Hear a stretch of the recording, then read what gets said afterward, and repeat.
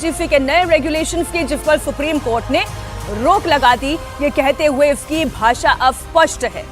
लेकिन अब पूरे देश भर में बवाल मचा हुआ है, जिस पर कल देश की सबसे बड़ी अदालत ने रोक लगा दी। सर्वोच्च न्यायालय ने अपनी पहली ही नजर में एक्ट को भेदभावपूर्ण माना और केंद्र यूजीसी से जवाब भी मांगा।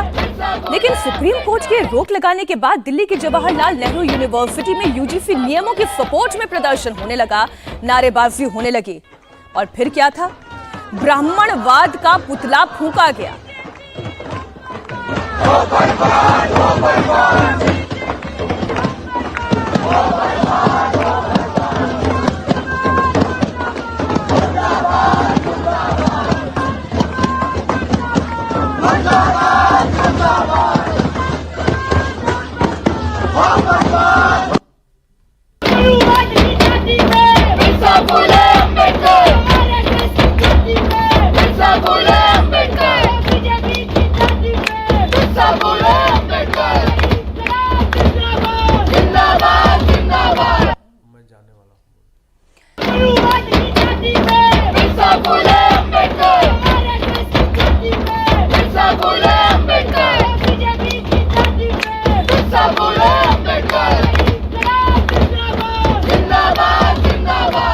ये जो जिंदाबाद जिंदाबाद मनुवाद की छाती पर बिरसा फूले अंबेडकर, बिरसा की जय, फूले की जय,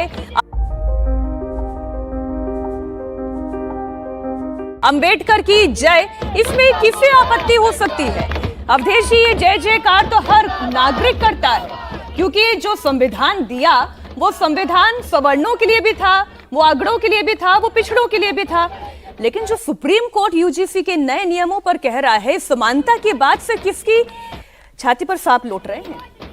देखिए मीनाक्षी, मैं तो ये कहूँगा, देख ली तेरी खुदाई बस मेरा जी भर गया। ये जो गाना था, जिन लोगों ने इस देश में लंबे समय से हिंदू समाज की एकता कायम हो रही थी और जिनको तोड़ने की इच्छा थी, वो इस समय निश्चित रूप से अट्टहास कर रहे होंगे।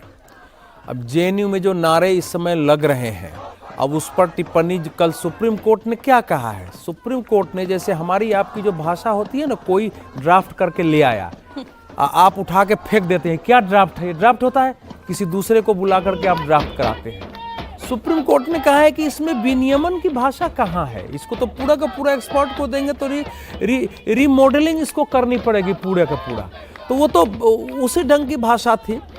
सुप्रीम कोर्ट ने ये कहा है कि ये कानून चूंकि भाषा अस्पष्ट है और हम समाज को पीछे ले जाना चाहते हैं कि आगे ले जाना चाहते हैं। चीफ जस्टिस ने कहा, हम लोग एक साथ हॉस्टल में रहते थे, खाना खाते थे, सब कुछ कर रहे थे, ये समाज आगे बढ़ गया है और जिन जातियों की बात हो रही, इन जातियों में भी बहुत सारे समृद्ध और सशक्त लोग हो गए हैं, तो इसके तो दुरुपयोग का खतरा है, ये नहीं चल सकता है। अब ये जो नारे, टुकड़े टुकड़े नारे जो है, ये तो देखो, ये जो जिसको मोदी जी भी कहते हैं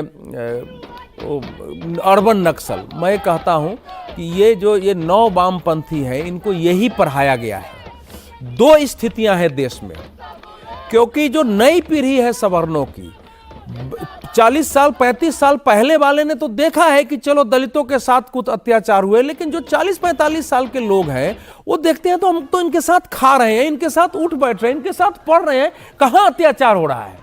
वो पीढ़ी में इस प्रकार का गुस्सा है, बल्कि कई बार तो हम इसके दबाव में आ जाते हैं।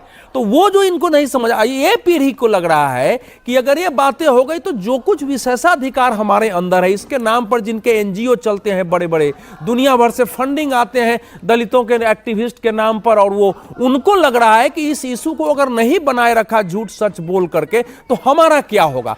तो ये बेईमानों के बीच में ये चीजें पट गई है। ये जो जहर की घुट्टी अजीत जी पिलाई जा रही है। देखो, हम लोगों को एक लाइन और बोले, इस समय राष्ट्रीय स्वयंसेवक संघ अपनी शताब्दी वर्ष में हिंदू सम्मेलन जगह जगह कर रहा है कि देश की एकता न टूटे।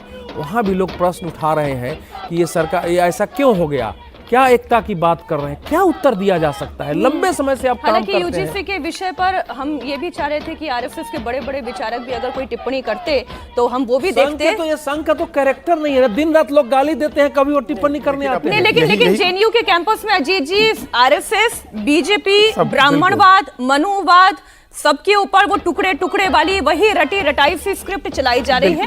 कौन डरता है समानता से? इसमें दो तीन समानता से कौन डरता बातें है? जो हैं, दो तीन बातें बहुत जरूरी है। एक तो जो अवधेश जी कह रहे थे उस बात को बढ़ा दें थोड़ा, कह के उसको निर्मल वर्मा ने अपनी एक लंबा लेख लिखा है, उसको पूरा कहने की जरूरत नहीं है। लेकिन उन्होंने कहा कि ये जो जमात है, ये जितने लोग नारे लगा रहे थे, एकदम हम चैलेंज करके कह रहे हैं, इनसे आप जा करके कहिए कि 300 साल पहले या 200 साल पहले और 600 साल तक या 400-500 साल तक मुगलों के शासन में, तुर्कों के शासन में, जो दिल्ली सल्तनत के समय में जो अत्याचार हुए, आप उनके बारे में क्यों नहीं बोलते हैं?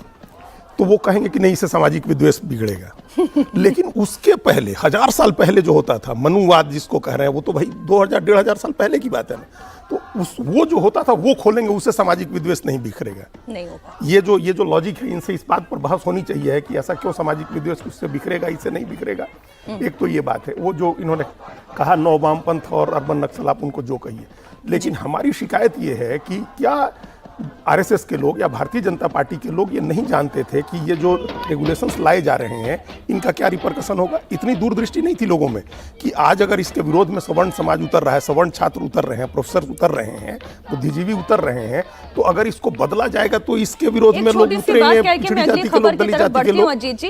ये सोचना चाहिए था ना, नहीं, ये सोचना चाहिए था। तभी सुप्रीम कोर्ट ने सर ये कहा, हम लोग नेता किस लिए सर सुप्रीम कोर्ट ने इसीलिए तो कहा कि अगर हम इसमें हस्तक्षेप नहीं करते तो आगे इसके परिणाम कितने खतरनाक होंगे। ये दूरदृष्टि सरकार के पास क्यों नहीं थी? अच्छा, एक सवाल मैं आपसे और पूछती हूँ, अजीत जी, आपकी नजर में मियाँ कौन है? मियाँ तो सब सारे मुसलमान मियाँ हैं।